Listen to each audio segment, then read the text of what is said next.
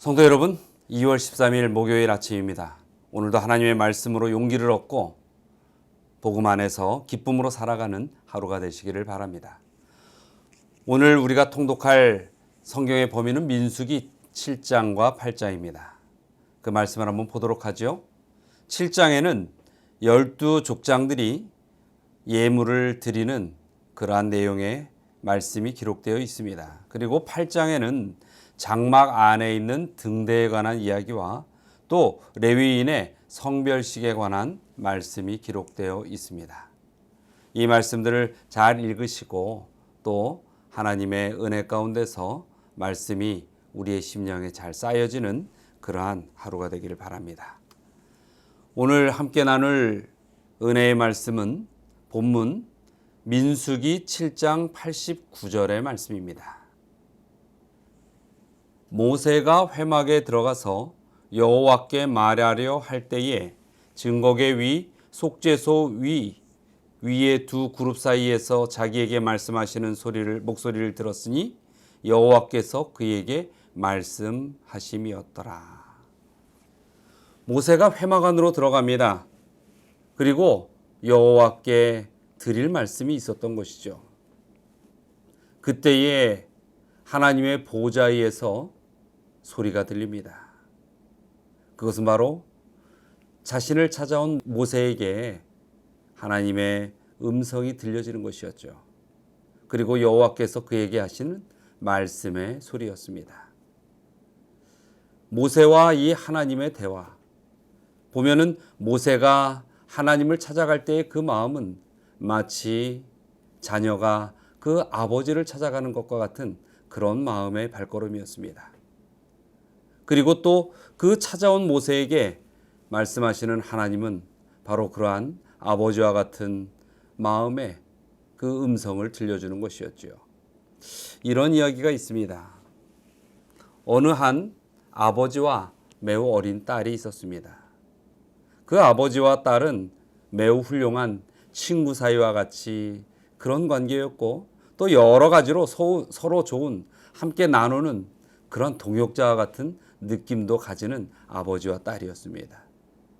그 아버지는 그 딸의 귀여움과 그 사랑스러움에 항상 행복해하고 있었습니다.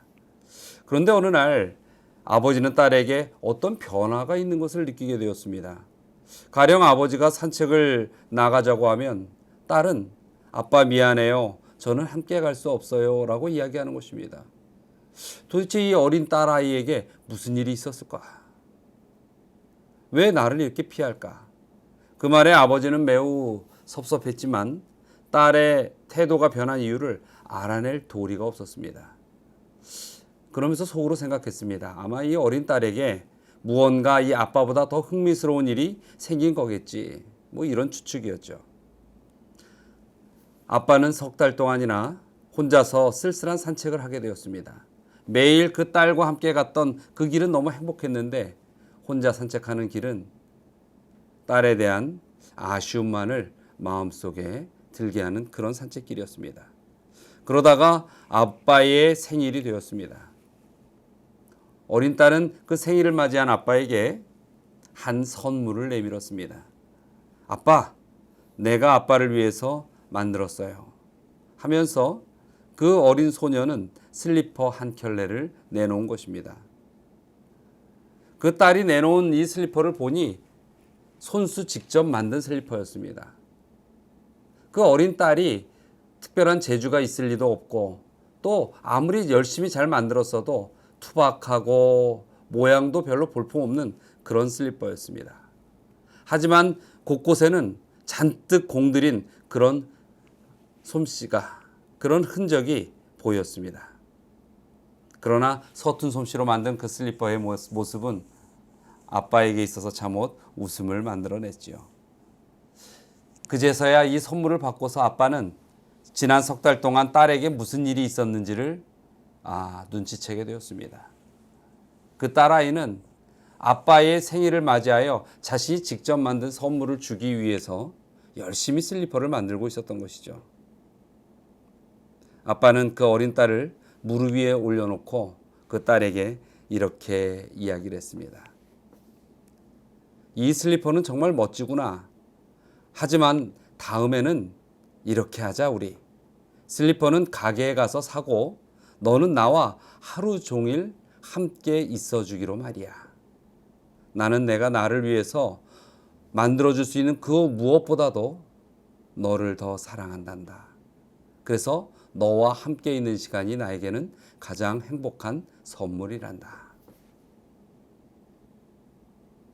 여러분, 어느 때는 우리가 무엇인가를 만들어서 우리가 사랑하는 이나 또 우리에게 온전한 은혜를 베푼 이들에게 되돌리려고 하는 그런 노력을 하고 있을 때도 있지요. 때로는 하나님에게서도 우리가 무엇인가를 보여야만 하는, 그리고 무엇인가를 드려야만 한다라는 그런 생각으로 신앙을 하고 있지는 않습니까? 하나님은 좀 전에 들려드린 이 이야기 속에 아버지와 같습니다. 우리들이 당신께 무엇을 바치고자 하는 정성도 물론 귀히 여기시지만은 하나님께서 가장 기뻐하시는 것은 우리가 늘 하나님을 생각하며 하나님과 대화하며 하나님과 함께하는 것을 원하시는 것입니다. 오늘 하나님의 전 성소를 찾아서 하나님과 대화하기를 원했던 그 모세의 모습을 맞이했을 때 하나님의 기쁨은 이루 큰 말로 표현할 수 없는 기쁨이셨을 것입니다. 그처럼 우리가 신앙을 한다는 것, 우리가 하나님을 믿는다는 것은 우리의 마음으로 하나님을 찾고 하나님과 대화하고 하나님 곁에서 사는 것을 즐겨하는 것입니다. 오늘도 그런 마음으로 하나님의 음성을 듣고 또 하나님의 뜻에 따라서 살아가는 우리 모든 성도님들이 되시기를 간절히 소원합니다. 오늘 함께 나눌 기도의 제목입니다. 첫째는 하나님과 매일 매순간 대화하는 성도들이 될 수 있도록 기도하시기 바랍니다. 두 번째는 믿음이 연약한 성도들을 위하여 기도해 주시기 바랍니다. 비단 초신자만을 이야기하는 것이 아닙니다. 우리가 신앙의 연한이 길지라도 때로는 우리의 심령이, 우리의 믿음이 연약해질 때가 있습니다. 혹시 우리 주위에 그런 연약함으로 인하여 시험받거나 또 갈등하고 있는 분이 있다면 그분들을 위하여 기도해 주시기 바랍니다.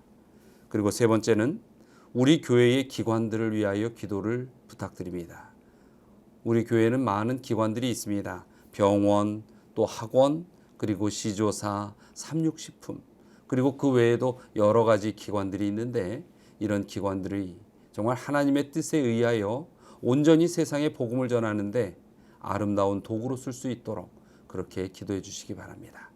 자, 그러면 오늘도 기도함으로 인하여 하루를 시작하도록 하겠습니다. 다 함께 기도하시겠습니다.